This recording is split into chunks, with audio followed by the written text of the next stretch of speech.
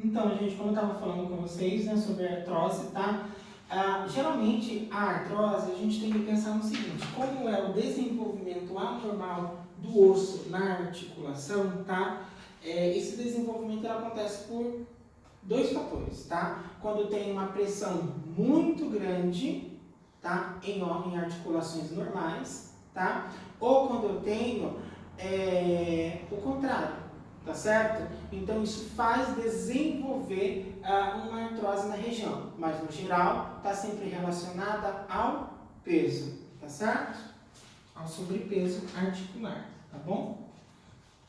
Então, existem fatores predisponentes, né? Ou seja, quando o animal tem a predisposição genética ou quando o ambiente predispõe para o desenvolvimento de uma artrose, tá bom? Que daí vai gerar uma deformidade nas regiões articulares, tá bom? Então, ó, geralmente a artrose ela é caracterizada pela perda da cartilagem e diminuição do líquido sinovial, bem como da membrana sinovial, fatores anatômicos que a gente já viu. Tá bom? Sobrepeso é fundamental, né, nessa questão. Se o animal ele tem um sobrepeso, esse sobrepeso vai gerar um peso, uma pressão na região articular, favorecendo para o desenvolvimento aí de uma artrose. Não podemos esquecer que quando uma artrose é desencadeada sobre o sobrepeso, geralmente tem uma associação de uma artrite antes. Então, o animal ele já começa a desenvolver sintomas, tá? Então, se você é um bom cuidador, um bom auxiliar veterinário, técnico veterinário, ou até mesmo um bom veterinário, você consegue identificar se o animal está com uma artrite, tá bom? Antes de chegar a uma artrose, ok? Vai lá, sedentarismo, tá? O sedentarismo a questão do sedentarismo está relacionada ao animal. Comer e dormir vai engordar, ok? Má formação na região, ok? O diagnóstico também é firmado no exame clínico. O exame clínico envolve o exame físico, e o exame físico nada mais é do que você apalpar as regiões articulares e sentir a densidade da dor do animal na articulação, tá certo? Ou saber se aquela articulação ela está quase que tendo imobilidade, tá bom? Então, quando você toca na articulação do animal, você consegue sentir a densidade da dor do animal, tá? Por uma questão neurológica, a resposta do animal, tá bom? O exame físico, e você consegue sentir o nível da articulação. Na verdade, eu estou utilizando o termo nível, mas a gente chama o grau. Tá? O grau da articulação a gente consegue sentir, que varia de 60 a 180, tá bom? Mas eu não vou entrar em grau articular com vocês agora, tá? Nem compete ao curso, beleza? Bom, então o exame físico é fundamental, a triagem também é fundamental, tá bom? E radiografia, isso aqui é indispensável, a radiografia, tá, gente? Ela que consegue dar, os exames de imagem que consegue dar um parecer físico pra gente, tá bom? Tratamento de artrose. Gente, existe tratamento, mas não existe cura, ok? O tratamento vai ser sempre feito com anti-inflamatórios, tá? Aí, gente, vou mostrar um outro adendo para vocês, ok?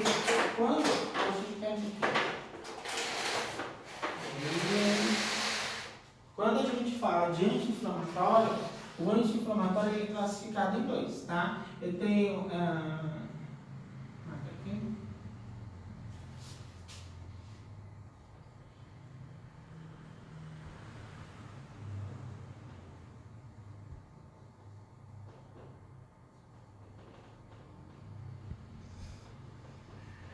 Eu tenho os anti-inflamatórios esteroidais e não esteroidais, tá? Ou melhor dizendo, os anti-inflamatórios que são corticoides e não corticoides. Só para vocês entenderem, tá?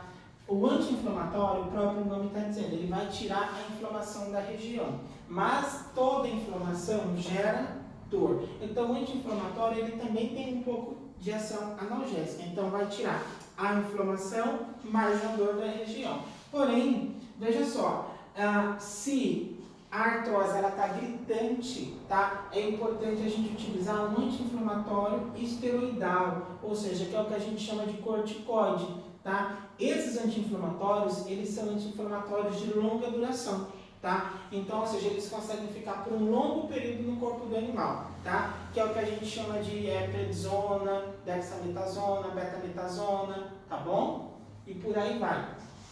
E aí nós temos os não esteroidais, tá? Que são os anti-inflamatórios que não são de longa duração, tá? Existe o lado positivo e o lado negativo de utilizar um esteroidal, tá? E existe o lado positivo e o lado negativo de utilizar um não esteroidal, tá? Por exemplo, eu tenho um cachorro que ele tá gordinho, tá? E que ele tem dificuldade em urinar, ele tem insuficiência renal. Se o animal ele tem insuficiência renal, tá certo? Mas ele tem retenção de líquido, aí eu entro com uma droga esteroidal porque ele tem artrose, eu vou terminar de danificar o rim do meu animal, porque infelizmente os anti-inflamatórios esteroidais, eles dão retenção de líquido no animal, tá certo? E infelizmente vai acabar terminando de piorar a situação do animal que tem algum problema urinário, beleza?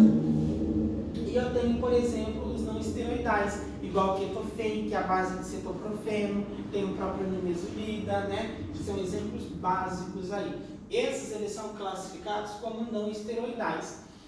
Nós temos um leve problema. Vou voltar a falar da insuficiência renal. Se o meu animal tem insuficiência renal e eu entro com essas drogas esteroidais, aumenta a insuficiência. Então tem que tomar cuidado, beleza? Vamos lá, onde parei? No tratamento dos anti-inflamatórios, né? Então, anti-inflamatório é indispensável, tá? Analgésico para retirada de dor, não tiver inflamação, só tira dor, dipirona, ibuprofeno, paracetamol, enfim, tá bom?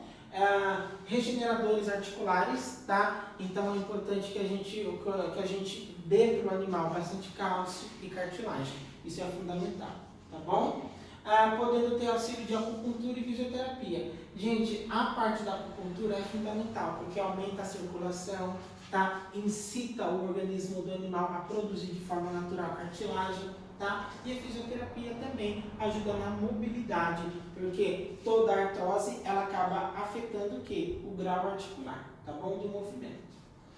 O tratamento cirúrgico pode ser feito para retirada do excesso do osso proliferado. Eu vou mostrar uma imagem aqui para vocês. Aqui, ó, uma articulação normal e aqui um animal que tem artrose. Começa a ter a degeneração do osso, tá? Mas à medida que eu tenho a degeneração, eu tenho o aumento desse osso, só que de forma normal. E aí eles começam a bater e gerar uma artrose, tá bom? Aqui, ó, uma imagem bonitinha, desenhada, tá?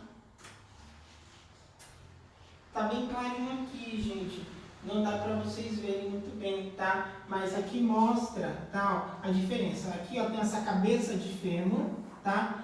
Esse exame de imagem está mostrando a cabeça do fêmur de dois lados. Aqui a gente consegue perceber que está bem mais claro, que parece que está esponjoso, tá? Então isso é característico da artrose, tá bom?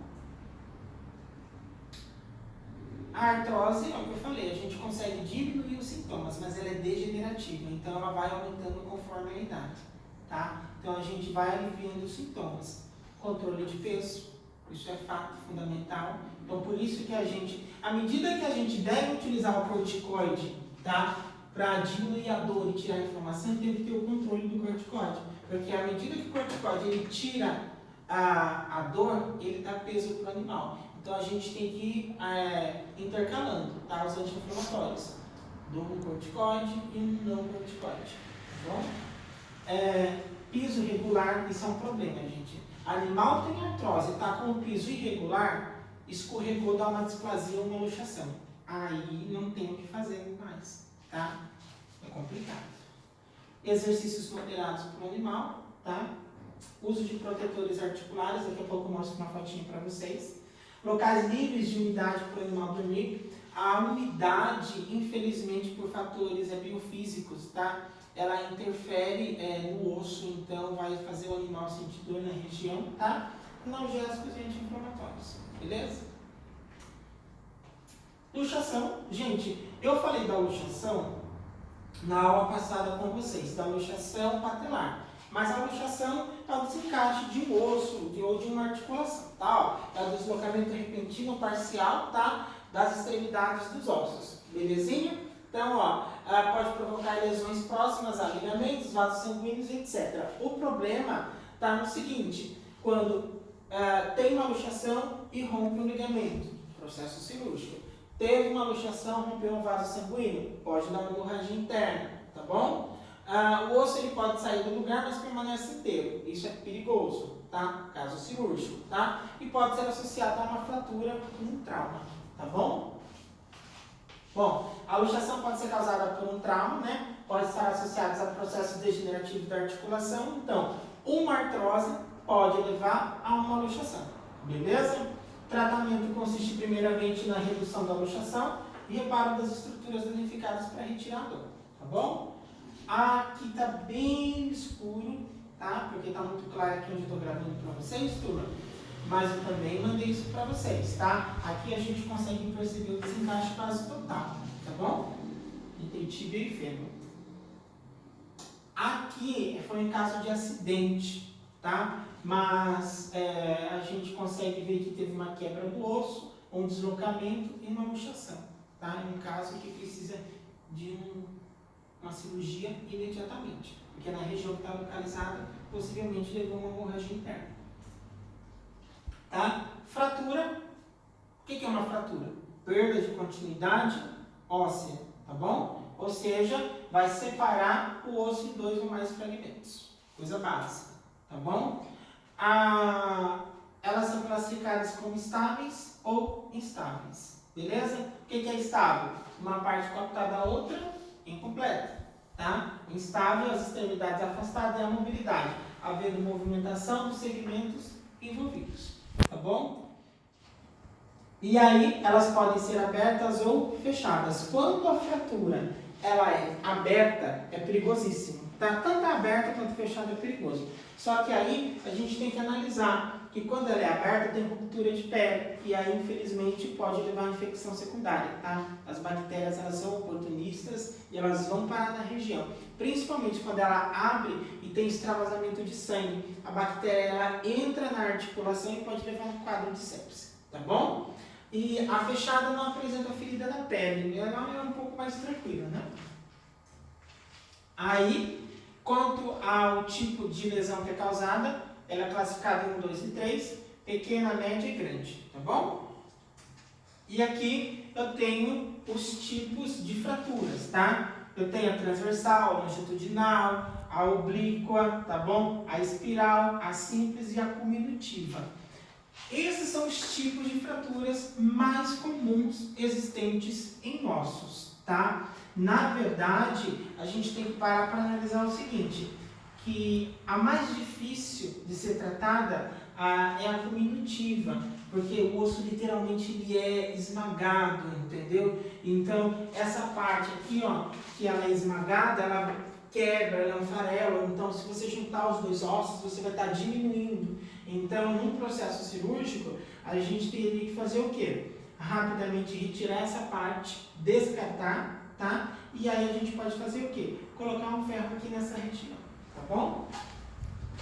Eu vou pedir para vocês que estão em casa estudarem sobre esses tipos de fratura, porque vai cair na avaliação, tá bom? Na questão de tratamento, né, varia conforme o tipo de fratura. Para cada tipo de fratura a gente tem um tratamento. Nem toda fratura requer processo cirúrgico, ok? Isso é básico, tá? E é isso, gente. Eu espero que vocês tenham entendido, tá? Na nossa próxima aula eu vou falar com vocês sobre pele. Então eu vou falar sobre a fisiologia da pele, para depois a gente entrar nas principais patologias que acometem pele, tá certo? Beijão, fiquem com Deus.